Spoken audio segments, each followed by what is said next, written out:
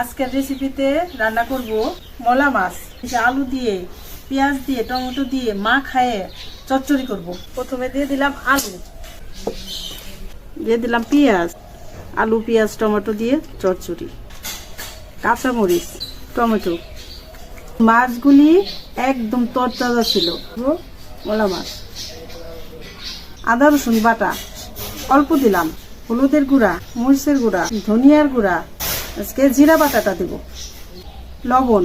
এখন দিয়ে দেব সরিষার তেল। এখন আমি মাখাই নেব। অল্প পানি দিলাম, এইটাই চচ্চড়িটা অনেক সুন্দর হইব। চুলার জালটা ধরানো হয়ে গেছে, কড়াইটা বসাই দিব। বিসমিল্লাহ। আমি এখন তরকারিটা ঢাকাতে দিলাম।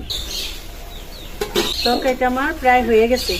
তরকারিটা ঘেরান বাইরে হয়ে গেছে। চচ্চড়িটা দেখতে যেমন সুন্দর হয়েছে, এটা খাইতেও অনেক সুস্বাদু।